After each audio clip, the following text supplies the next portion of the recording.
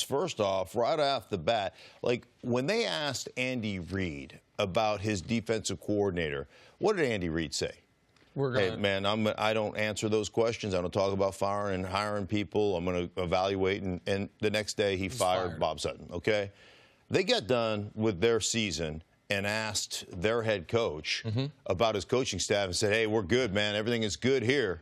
Like everything. After making significant changes last year and changing the offensive line coach during the season. Yep. Everything is good here. And then, what, 2 days later, all of a sudden, Jerry got in his ear and Scott Linehan's gone when Dak Prescott essentially had his second best season statistically and continued to progress in a more pro-style situation once they got Amari Cooper. So, I mean, obviously, that's my biggest issue and the reason I don't think the Cowboys are ever really going to win anything under Jerry Jones. It's because you don't ever empower your coach. I mean, come on. Jason Garrett isn't empowered. Yeah, it's the toughest head coaching job in the NFL. Yeah, of course, it's one of the most high profile, and you get all you get the money in the stadium, and you're the Dallas Cowboys and America's team, and this, that, and the other. But when you consistently come and emasculate your coach after he has said, hey, man, it's my team, I'm keeping my coaches, and 2 days later you got to fire people? There's not a player in that locker room that doesn't understand who's in charge. Right, that he is not in charge. And the issue with that is, especially when you have access to the owner. There's a lot of organizations you don't really have as a player access to the owner. You got a back staircase up to Jerry Jones's office if you need to talk to him. And you can roll up there as a player, and you can circumvent the coach's authority. And so I just think the structure of the organization is such that when push comes to shove, you're going to have a really tough time winning anything significant in Dallas because of the way they don't ever. Hey, if you're not going to empower Bill Parcells, hell, you ain't empowering anybody to be your head coach. How does that affect, Nick, the team, or how they play, or how that turns into wins or losses? Well, I think that you need a singular voice.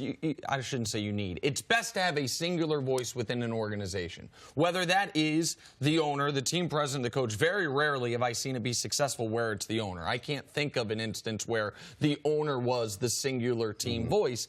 And we talk about this all the time when there is a power struggle within it's usually GM and coach, that you don't know who actually is making the decisions. You need to know who do the players go to, who does the coach go to, who does the GM go to. And the problem in Dallas that you're talking about is the GM is the owner, and the GM is the owner who's also kind of anointed himself assistant coach.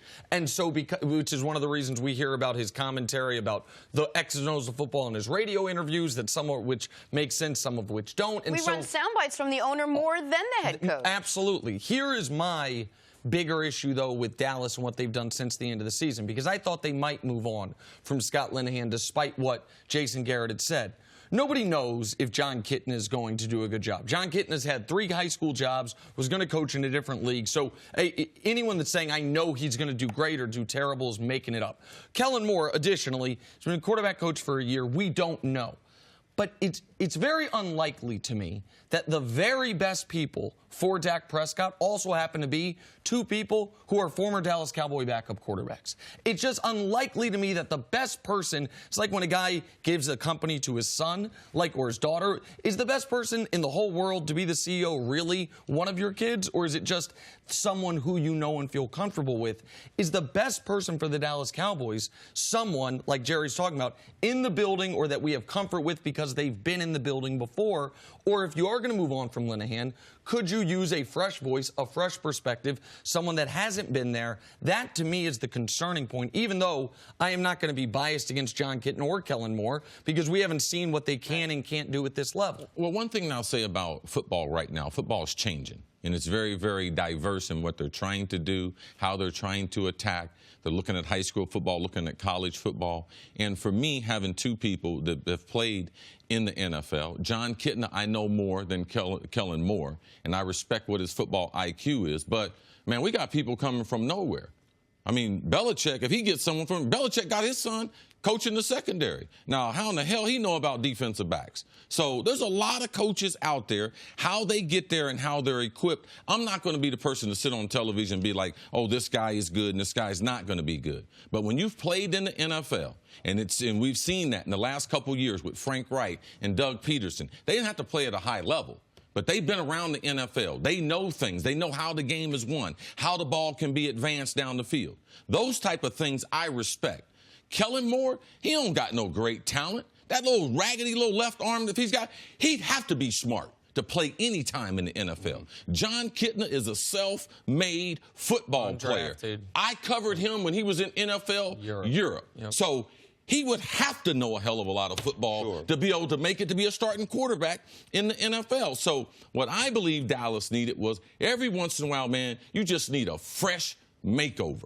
So just some fresh voices in the room to be able to add to what they do. What they do, they knock people back, offensive line. They do that at a high level. Ezekiel Elliott, he runs the football at a high level. It's amazing how smart the coaches got when they got Amari Cooper. So let's just give them a little bit better talent. So I can understand if Dallas said, you know something, we're going to open this up to some new ideas, 2 or 3, to help create more offense for this Dallas Cowboys. I could be for it. But just be a man and stand up there. You know, don't be talking out both sides of your mouth to be able to empower your coaches that way. And I believe Jason Garrett, a long time ago, he should have never stopped calling plays.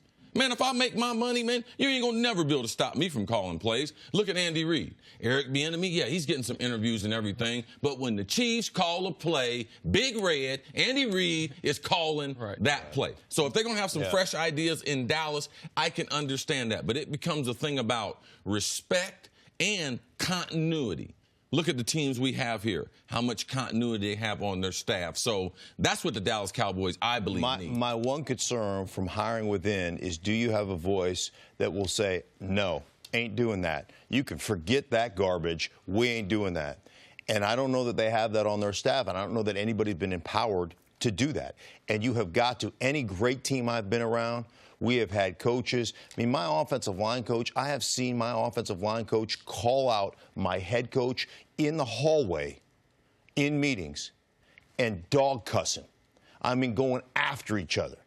Like, and you think that's to do that, right? But you think it's crazy, but it's actually healthy. We need to challenge each other and say, "Hey, man, this is not. I don't buy this. I don't believe in this, and this is a recipe for losing football." And if you don't have that interaction, and you don't have the ability to have those kind of conversations, the tough kind of conversations, because you've never empowered anybody, everybody's just going to go, "Oh yeah, we'll do whatever you want, Jerry." Then that's a recipe to continue to lose. And it doesn't seem like Jerry will ever bring anyone in that would be willing to stand up or that could stand up to him. Thanks for watching. Subscribe here to get the latest from the show. Also, be sure to check out more of the best clips from First Things First, or go watch a few segments from our other shows on FS1.